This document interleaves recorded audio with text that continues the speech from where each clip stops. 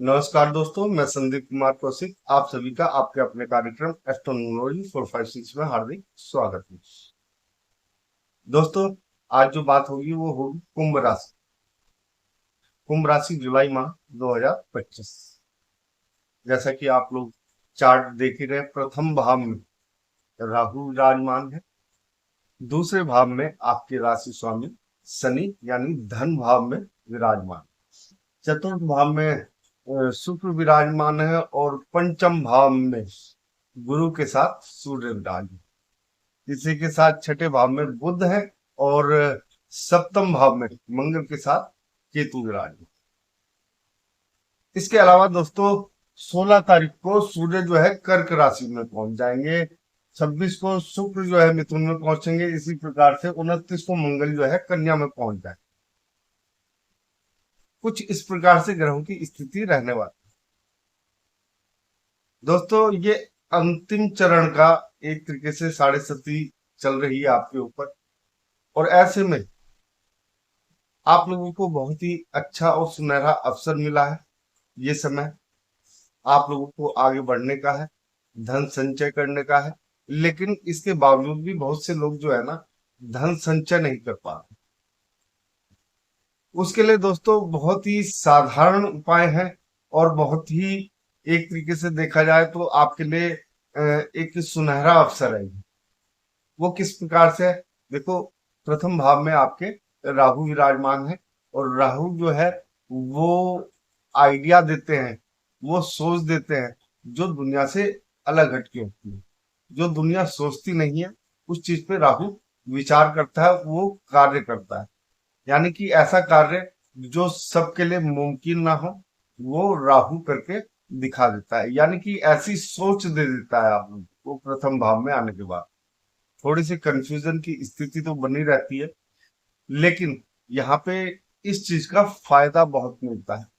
अपने आप को, अपने मन को भटकने ना दे। जो विचार कर रहे हैं उन्हें सोच समझ के आगे बढ़े, तो इससे बहुत फायदा होगा।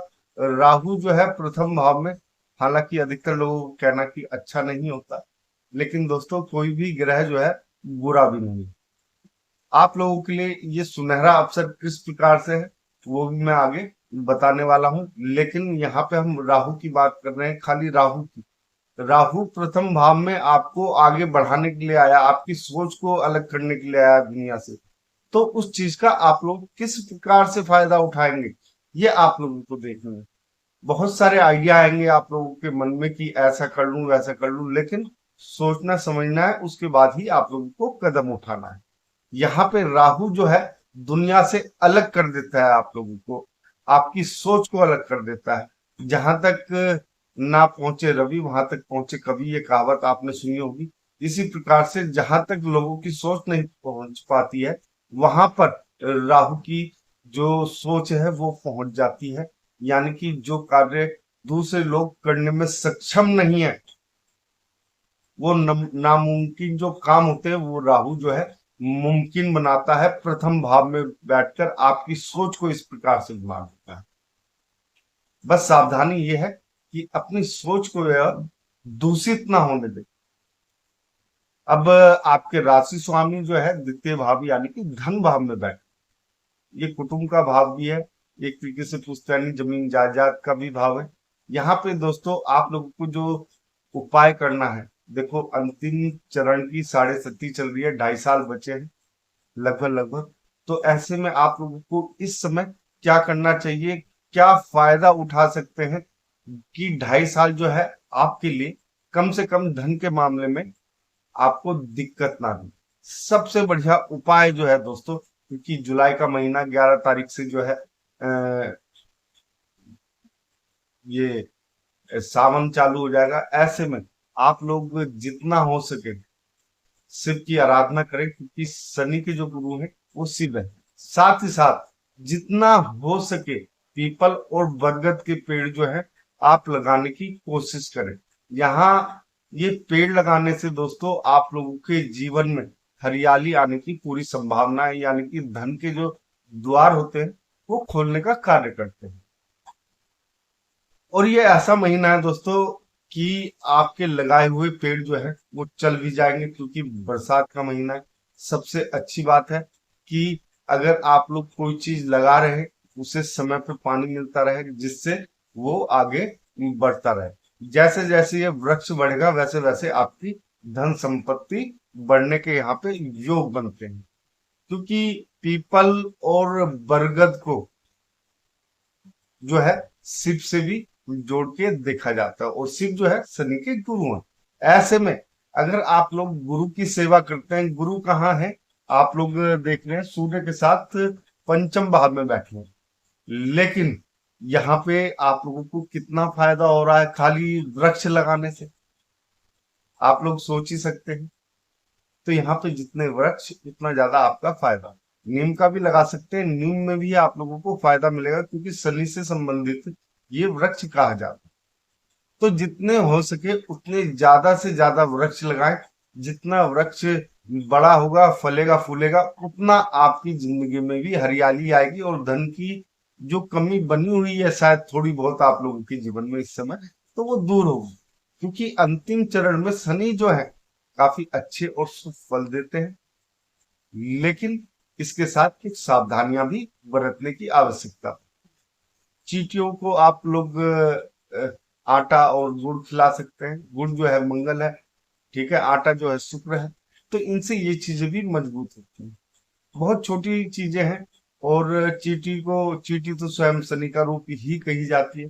तो इस प्रकार से आप कुछ इन सब चीजों को जो है कर सकते हैं, जिससे आप लोगों को धन की कमी नहीं होगी, जिसकी आप लोगों को जरूरत है। चतुर्थ भाव में आप लोग देख रहे हैं शुक्र बैठे हैं। शुक्र यानी कि आपका मन जो है भोग विलास में, लग्जरी आइटम इकट्ठा करने में बीतेगा समय थोड़ा सा। आप लोग सोचेंगे ये भी ले लूं, वो भी ले लूं, अपने घर को जितना सुंदर हो सके उतना बना लूं, दूसरों के घर से ज्यादा सुंदर। हमारी गाड़ी जो है वो दूसरों की गाड़ी से बेकार ना लगे, उसे थोड़ा डेकोरेट कराने की ओर आप लोग आकर्षित होंगे। स्वयं के ऊपर ध्यान देंगे कि किस तरीके से मैं दूसरों के सामने, दूसरों के केंद्र में आ सकूं, नजरों के केंद्र में। ठीक है, मतलब इस तरीके की जो चीजें होती है वो यहाँ पे दिखाई देंगी। माता पिता के साथ यहाँ पे संबंध आपके बहुत ही मजबूती के साथ चलेंगे, इसमें कोई शक नहीं है। लेकिन ये जो चीजें हैं जो मैंने बताई, अपने आप को डेकोरेट करने की, ये सब करने की, ये आप लोग करते हुए नजर आए। इन चीजों में आप लोगों को ज्यादा कर सकते हैं, लेकिन धन हानि करने से आप लोगों को बचना है, क्योंकि शुक्र जो है धन हानि का भी कारक बन जाता है कई बार। तो कुछ स्थिति यहाँ पे भी ऐसी नजर आ रही है कि जिस चीज की आपको जरूरत नहीं है, जो ऑलरेडी है आपके पास, उसमें आप लोग धन खर्च कर सकते। तो उन चीजों से बचना होगा आप लोगों को। इसके बाद पंचम भाव में सूर्य और गुरु विराज, शिक्षा के लिए, और जिसे कहते हैं, आप अगर कोई कंपटीशन की तैयारी कर रहे हैं तो उनमें आप लोगों को काफी अच्छी सफलता मिल सकती है। तो यहाँ पे जैसा कि मैंने बताया कि गुरु जो है शनि के वो शिव है। तो यहाँ पे गुरु जो है, गुरु से संबंधित अगर आप लोग चीजें करेंगे, जैसे गुरु को, ठीक है, जूते दान कर दे, उससे भी आप लोगों को काफी फायदा होगा। ठीक है, अगर वो जूते नहीं ले रहे हैं, किसी भी प्रकार से उन्हें पैसा दे दे कि जूते के नाम के।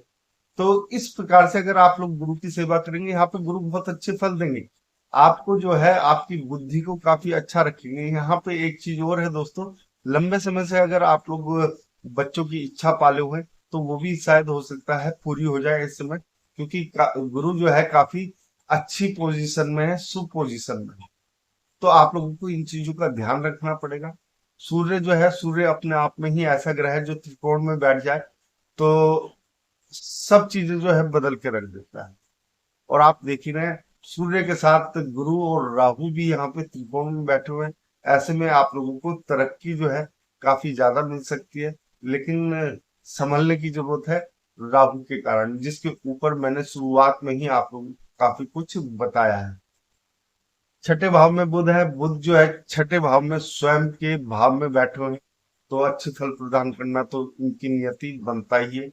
तो यहाँ पे बुध जो है आपकी वाणी के द्वारा आपकी नौकरी में अगर कोई दिक्कतें आ रही है उसे दूर करेगा। थोड़ा सा आप लोगों को दांतों से संबंधित समस्याएं हो सकती है, जीभ से संबंधित समस्याएं हो सकती है, या आप लोग ज्यादा बोल सकते हैं बेफालतू में कभी कभी। तो शत्रु जो है आपकी वाणी सुन के ही थोड़ा सा पीछे हट जाएगा। तो ये सब चीजें नॉर्मल है, आप लोगों को कोई घबराने की आवश्यकता नहीं। सप्तम भाव में केतु और मंगल है, दोनों भारी ग्रह हैं। तो ऐसे में आप लोगों को थोड़ा सा आप संभलना पड़ेगा। पार्टनर के साथ व्यापार में काफी तरक्की संभव है, लेकिन इन चीजों को भी सोचना पड़ेगा, कहीं आप लोग जो है धोखा ना खा जाए। धोखा खाने से बचने के लिए दोस्तों केतु के उपाय करें। हो सके तो यहाँ पे अगर कोई लंगड़ा जो डॉग होते हैं, स्ट्रीट डॉग वगैरह, अगर उसकी सेवा करें आप लोग को यहाँ पे काफी अच्छे फल प्रदान हो सकते हैं। अगर घर टूटने की संभावनाएं हैं तो वो आपकी छीण हो सकती है। अगर इसके साथ साथ अगर आप जो गाय या बैल होते हैं उनकी सेवा करें तो फलों में और भी ज्यादा वृद्धि हो जाएगी दोस्तों आपकी। यानी कि अगर कोई बीमार पशु है उसकी जितनी सेवा करेंगे, यहाँ पर आप लोगों को फल उसका उतना ही ज्यादा मिले। तो इस प्रकार से आप लोग जो है, जो आपके ऊपर विपत्ति आने वाली है उससे बहुत ही साधारण तरीके से आप लोग अपना बचाव कर सकते हैं। ये उपाय अपना उपाय कोई बड़े नहीं है, बहुत ही साधारण उपाय है। गाय वगैरह है तो उनकी सेवा हरे चारे से करें, क्योंकि बुध जो है आपके छठे भाव में, उससे भी बल मिलेगा। बुध है तो व्यापार है, हमेशा याद रखना। आप लोगों के लिए सबसे उत्तम बुध है तो नौकरी है। नौकरी में कोई भी दिक्कत नहीं है।